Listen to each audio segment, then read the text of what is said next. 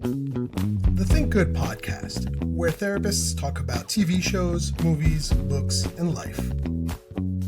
Hello, welcome to the Think Good podcast. I am Dr. Tayeba Shaikh, and I am here with my business partner and dear friend Ankur Varma, and we have a fun one today for you guys. Yeah, hey everybody. I thought we could.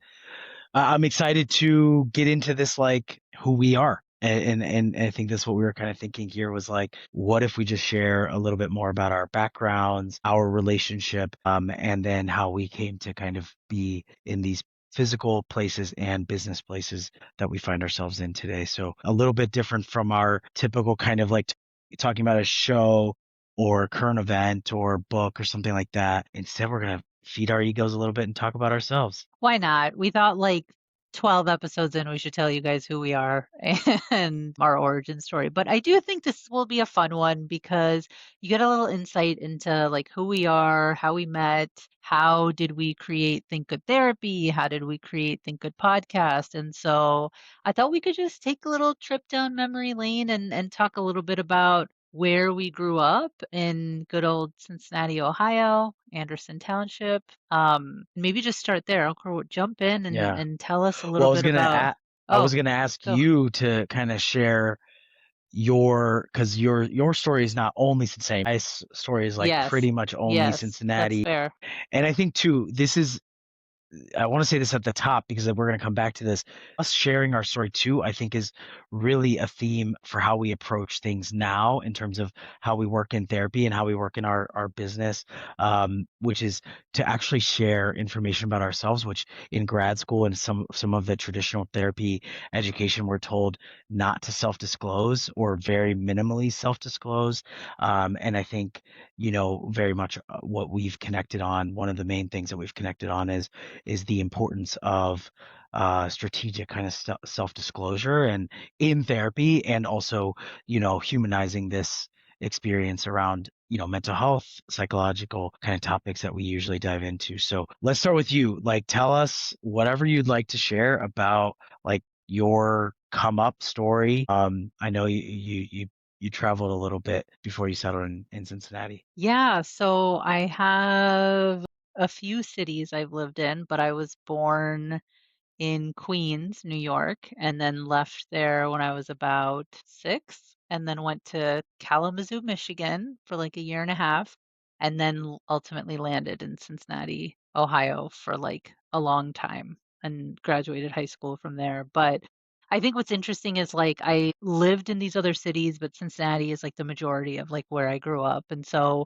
to come from a place like Queens, New York, like my mom's whole extended family was from there, Boxani family, big Boxani family, to go to Ohio, to Anderson Township, predominantly white. Didn't have a big Muslim population growing up. We didn't have our mosque was like a very, very small room. Um, that everybody came and prayed in. And so it really used to drive 4 hours to Detroit to get halal meat, like on our spring breaks. That's for another time. Me in the cooler with 50 pounds of meat. But I do think Cincinnati was a really interesting experience. I mean, it's home. I think it'll always be home.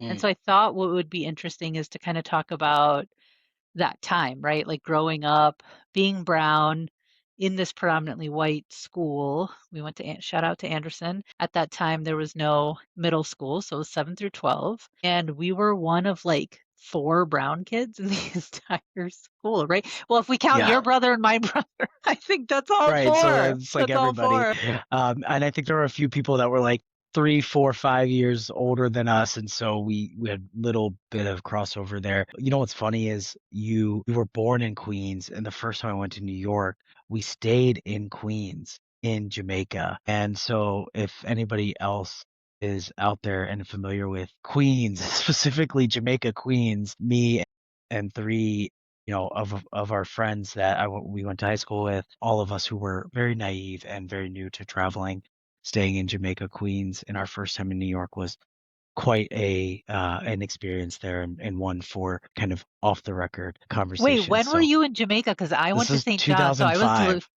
so I was in Jamaica when you were Well, in yeah, because Jamaica. I think we had texted you and you weren't Did there, or you? you were too cool. this I is was what we're probably going to too come cool. back to is Yeah, is yeah, yeah, this yeah. theme of Tayeba being too cool for school here. And so, you grew up, you were born in Queens, and you eventually your family made your way to Cincinnati. And my family actually, this is Cincinnati's where my family immigrated to from India, yours from Pakistan. And so, actually it's interesting because my grandfather, fell in love with Cincinnati because it reminded him of the hills of Punjab and some of that. And so, I was born in Cincinnati and raised there until I, mainly in Cincinnati for college. I left and a little bit after college, but really just Cincinnati. And then my next major move was Chicago, and that's where I've now, settled here for the last. This is going to be year 15 in August. Man, that's wild. Also, that's so beautiful about your grandfather. I didn't know that Cincinnati reminded him of Punjab. That's really cool. I think okay, one, I'm I'm still thinking about the fact that you were in Jamaica, and was I like, nah, like I don't know what happened. But yeah, so I ended up going back to Queens for college. So I went to St. John's. So it was there 2003 to 2007, somewhere in 2005, dodging your texts and not hanging out with you. I don't Well, know what so happened. an important piece of this is that, we went to high school together and we had maybe some similar experiences around like, the racial cultural differences with a lot of our classmates at that time. I want to just take a second to correct something I said in a previous episode. I think when in our Stranger Things episode, I talked about not really staying in touch with a lot of my elementary school friends. Then literally that weekend, one of my best friends, my elementary school friend, came to visit me in Chicago, and he was listening to the episode and was like, "What? Did you forget about me?" And I did forget about you. So my bad, Kevin.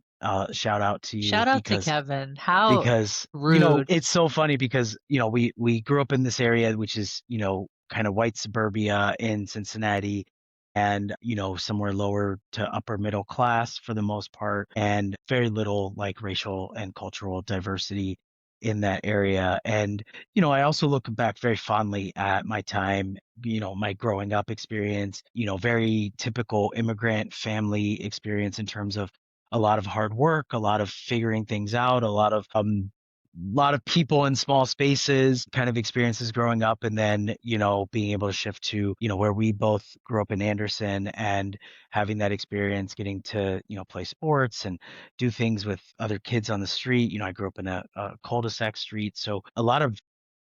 Me too, me too. Yeah, you too. And so, a lot of, not, I wouldn't say mixed emotions, but I think there's definitely some really good memories that I go back to, and then some very interesting ones as I was getting older and starting to figure out who am I and ask these questions, and seeing that kind of contrast with the people that we were with in school and otherwise. Yeah, and I think it's so interesting because okay, so let's see, I got to Cincinnati by the time I was in second grade.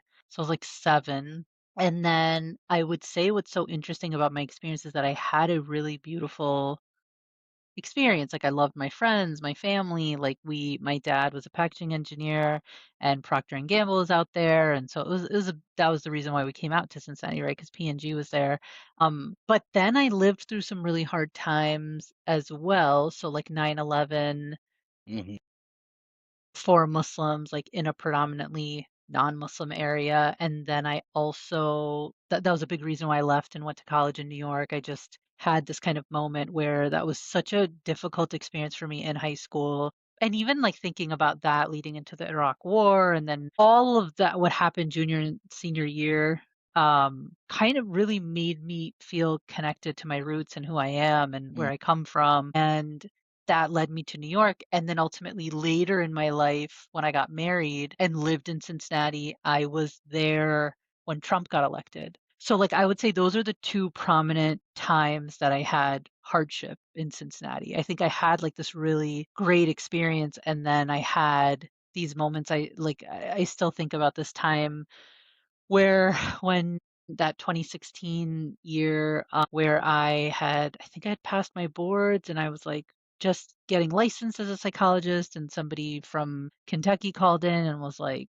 does Dr. Shaikh speak English? Does she have an accent? Where's her family from?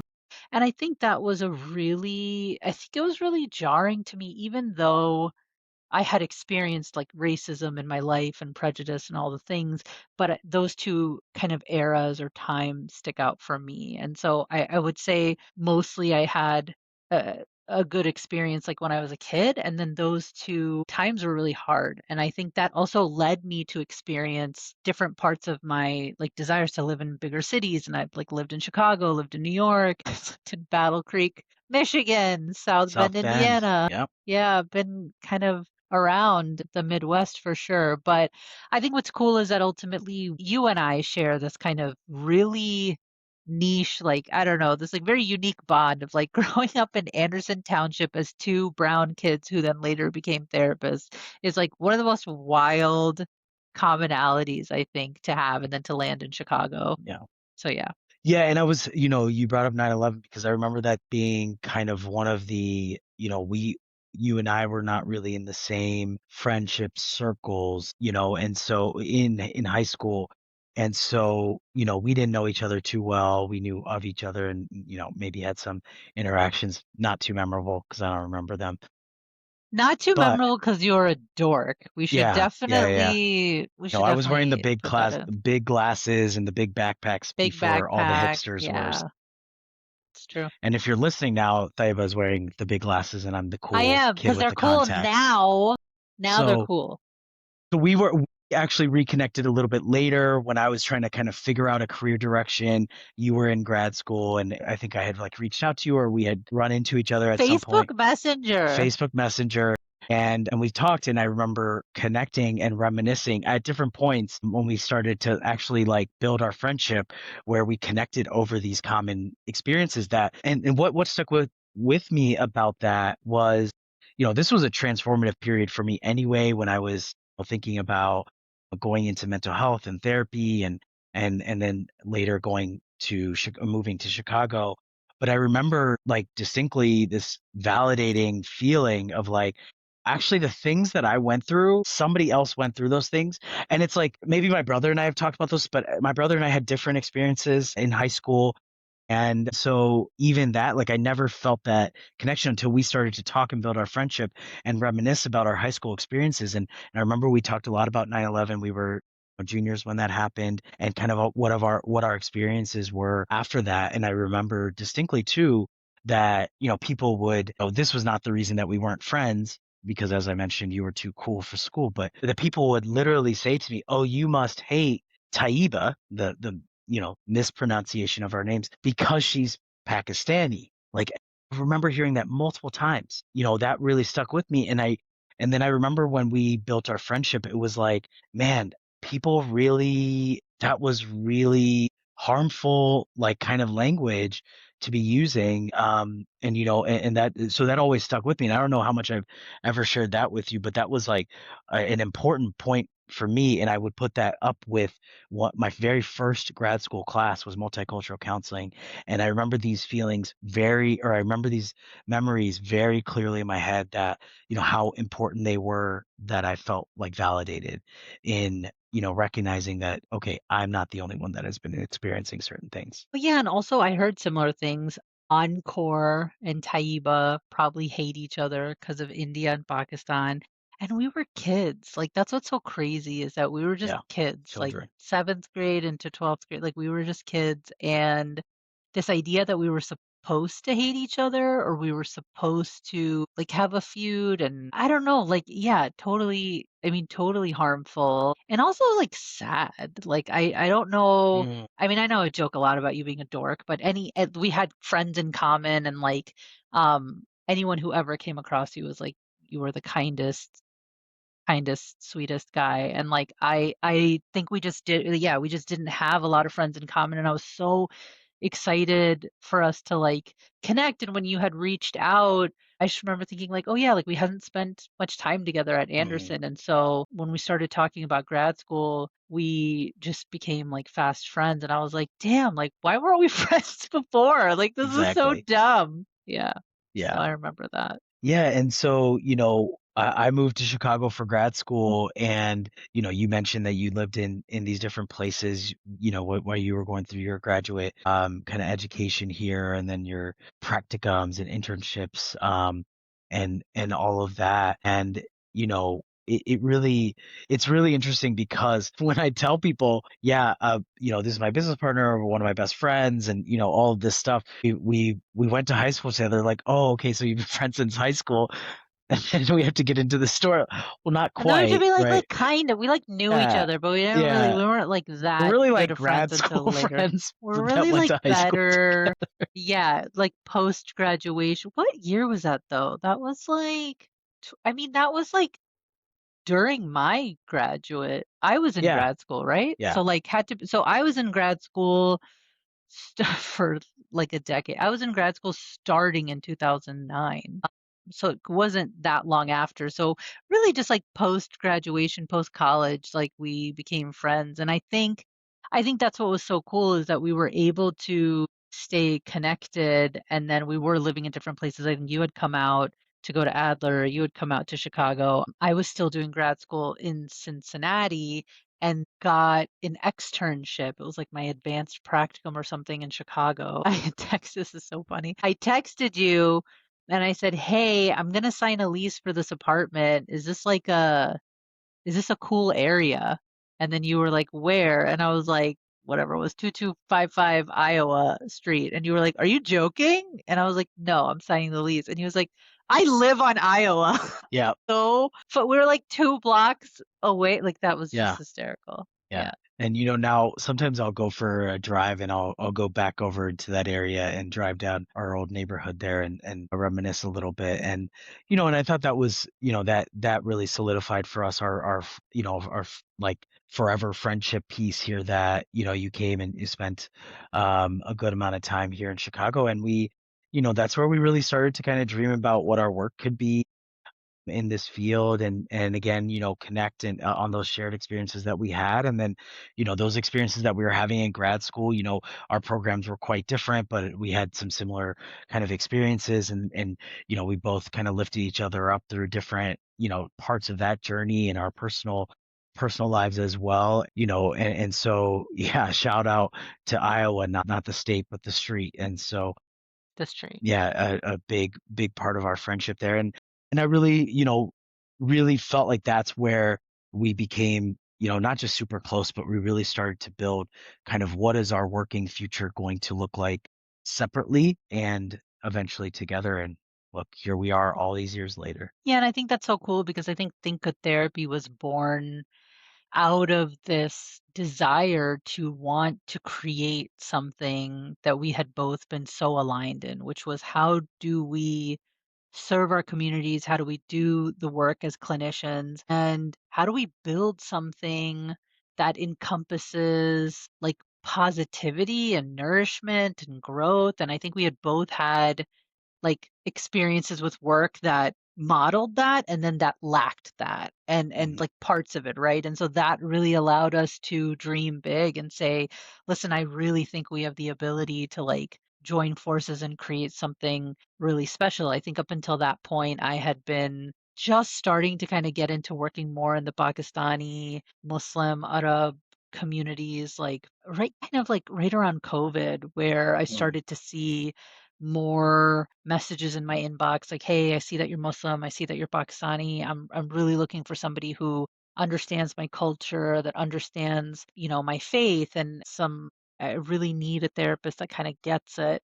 And as I started to see more and more messages like that, there was this like deep desire for me. I always tell this story where I like got this message from someone saying, "Hey, my therapist told me to like bring my boyfriend home, and I'm Muslim," or my therapist told me to move out of Mm, my house when I'm 18, and that didn't go. Now my parents aren't talking to me, and so we, I really felt deeply connected to this idea of understanding the culture on a personal level and then clinically being able to come in and say, okay, what are some of the Eastern, like the collectivist society that we come from, what does a boundary actually look like in our mm, world, right? And how do we not just try to do this cookie cutter thing where we implement all these things like that wouldn't otherwise work in our culture, right? And that we do yeah. have to consider who we are, where we come from, our values. And again, it's not about right or wrong. It's that this is the world that we're raised in. And so I think that was a big reason why I wanted to go out on my own and create something. And kind of parallel to that, you were starting Brown Man Therapy, Yeah. which was amazing. Yeah, and and I think, and even before that, I remember we had a lot of, how do I put this nicely? Like, you and I both had a lot of uphill experiences in this field, and things where we felt, overworked, misunderstood, underpaid, right? All of these things that led us to thinking about, how do we build something? What does that even look like? Where we can, address these cultural gaps that have existed in mental health, both in, accessibility is a word that I think you and I both think about a lot in terms of not just where do we find mental health resources, therapy, but what culturally is available to people.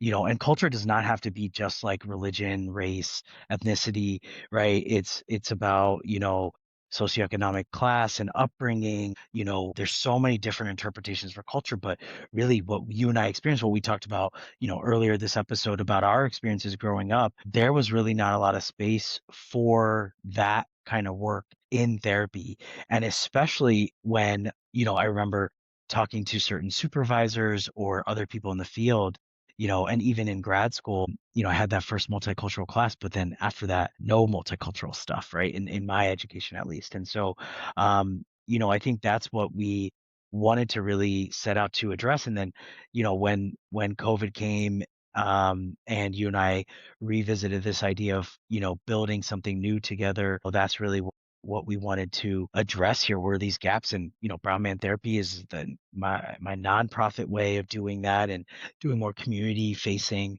events and such to address these gaps in South Asian mental health. But for you and I, like with TGT, it's really been finally like this. There's a word that I'm looking for that's not coming to me, but this like, you know, um, this realization of all of this work, all of these uphill challenges that we had to face, and I'm happy to be doing it finally, and to provide that space for different people. Yeah, absolutely. And I think it was like two-tiered, right? It was like we wanted to provide it for like patients, clients, but we also wanted to provide it for therapists. Like we also Mm, we've always been teachers and mentors and supervisors. And I think that part of us that wanted to continue that work and that educating, I think will forever be learners. And so wanting to educate was a big part of TGT too, right? It's like coming in and trying to build something where therapists feel safe and positive, and yeah. it's such a balance to do the work that we do. And I think it's been an incredible few years we've had just in the world, and a lot of pain in the world. And so to be able to, it's a privilege to be able to hold space for everyone in whatever way we can as clinicians. And so I think building TGT was always a dream. And we had a lot of late nights where we were like, what would we call it? Who would we see? Yeah. What would be our drive? And I'm really like grateful that we're here. And I think this is just the beginning. And I think that's a big part of why we wanted to do the podcast. We're like, okay, like let's talk about the things that feel relevant that we'd want to hear about, that we're interested in. And we can have these dialogues both from a mental health perspective, but also just to be like friends and to be able to talk about stuff.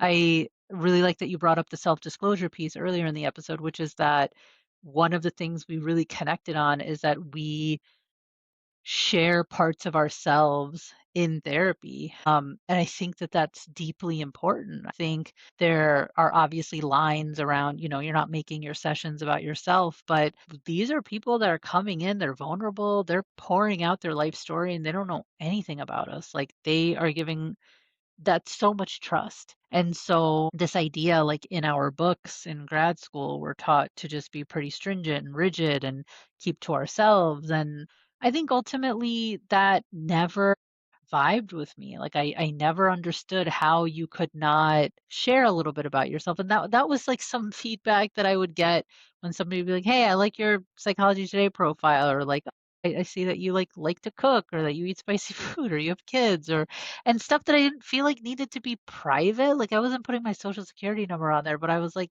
people are really, when I say people, like the people in the field who created this idea of really pathologizing when a client wants to Mm, um, ask about their therapist. I was like, take it down a notch. Like, they say, why do you think that you need to know? Da, da, da. It's like, yeah, man, they're just asking you, like, have you been through this or do you know this? Or and it's to your discretion what you're comfortable with. But I do think that's part of the rapport building, that's part of the connecting. And so we have to humanize ourselves in mm. that way, right? And so I that's so important to me. Yeah, and I think we've one of my favorite parts of this work in the last several years has been hearing people who are like, okay, you get it, right? And whatever variation of that is. And it's not that we know everything about our clients' lives or, even if we're culturally similar in terms of our experiences, that doesn't mean that we know exactly what's important to our clients versus what our experiences are. And it's still important for us to set those internal boundaries around this, but it's been extremely powerful to hear people's stories, connect with those stories, through my own experiences, and then be able to provide some sort of therapeutic feedback, support, reflection that is useful and relevant, right? Those things that, for the cultures that we come from that might not, align with suggestions, feedback, advice that occurs in other, cultural upbringings. It has to fit, right? We talk so much about person-centered, individualized care and how important it is for us to really put the identity pieces together for our clients. And I love that that's kind of what we brought into to our conversations. And it's a little bit of like Inception, where it's like this podcast is about the work we do, but it's about like literally derived from these like years of conversations that we used to have about anything and everything. And then we were like, maybe we should just record these conversations and put them out there and organize them a little bit and focus them a little bit and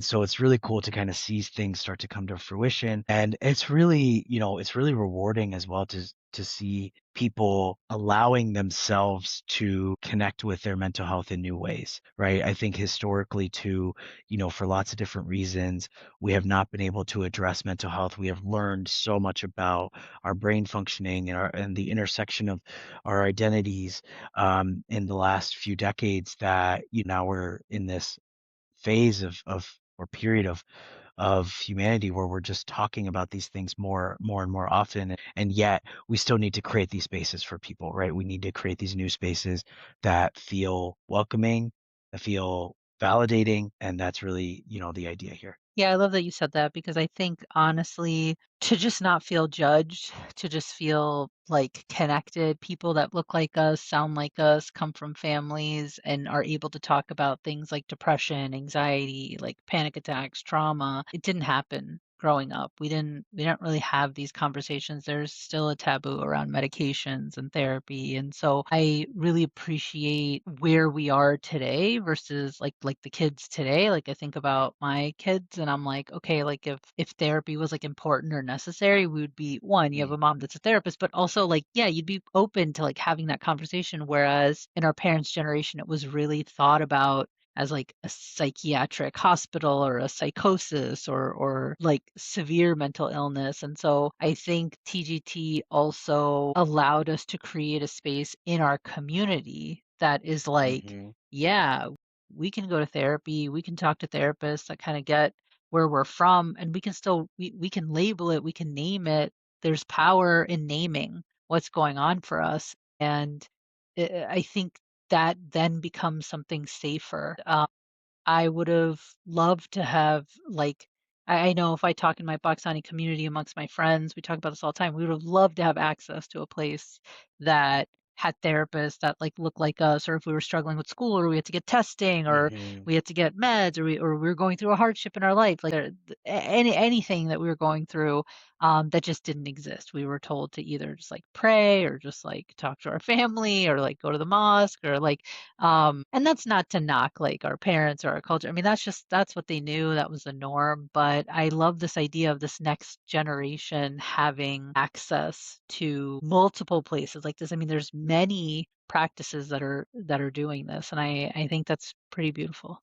Yeah, even when we were both getting into the field, I don't know that we could have imagined, this work looking the way that it does and being so much more accessible. Again, still a lot of work to do, but everybody is talking about mental health, is, more open to those conversations, even if you are still like internally carrying some resistance or stigma, whatever you want to call it, to this. And sometimes I think this is where words limit us because, it's hard to face certain things that we've experienced. And you can make arguments for, avoiding those topics or kind of keeping it down or keeping it in. And at the same time, it's been really beautiful to kind of see new faces, right? In doing this work, coming to these conversations, open, willing to learn, willing to change. And I think that's I usually talk about it towards the end of therapy with clients, like in the last session, about how much of a privilege this work is, and to kind of see our clients do the work and show up to work on certain things. And I really do, as we're kind of reflecting here, really do feel really grateful for kind of this journey that we've taken. It was hard at times. It's still hard. It's still hard, but look at where we've come to. Yeah, absolutely. It is hard. And yes, you're right. It has been hard. But I think this idea that we're in the phase of building still, it gives me a lot of hope, right? That it's like we had this idea, it came to fruition, and it wasn't going to be like an overnight thing. And as we continue to learn and build the brand, that's kind of big too, right? Like the practice, the podcast, like we want to access everybody and all things and share ourselves and our values and who we are and the work we want to do. And I think coming from our cultures and community, and I don't even mean just like brown South Asian Desi, but the cultures of our homes, like where how we were raised and how we grew up, it's deeply important to connect to people, and we've made an entire living out of it, right? So this is really the passion that we have, and it's been cool to be able to share that. I mean, I don't think we haven't been able to ever share this with anybody really like that we work with, or I think we talk about it in like staff meetings here and there. But yeah, I'm very, very proud of Think Good, and I think this is just the beginning. Yeah. It's been a lot of fun sharing kind of this story that you and I know so well and that we share. So, like you said, in parts at times with people, and it's been one of my favorite parts of kind of talking to people about what Think Good Therapy is. How long it's been in development, even though we didn't have the name until, we had to have a name. And so, I hope people have enjoyed this, maybe connected with this, parts of our story, parts of our, experiences. And I'm curious because this is like a little bit of a detour from our typical kinds of episodes. So maybe you are listening to this and this is your first episode listening to our Think Good podcast, or you've been, a devotee from day one. But I hope you enjoy this story, and I hope you continue to kind of follow what we're doing at Think Good Therapy. We're trying to do things a little bit new, a little bit creatively, and really trying to address some of the things that we see in our own communities, in our own worlds. And so we appreciate everybody for joining us today, listening into a little bit of our personal story, personal journey here. And we hope that you'll join us next time for our next episode of Think Good Podcast. Hey. See ya.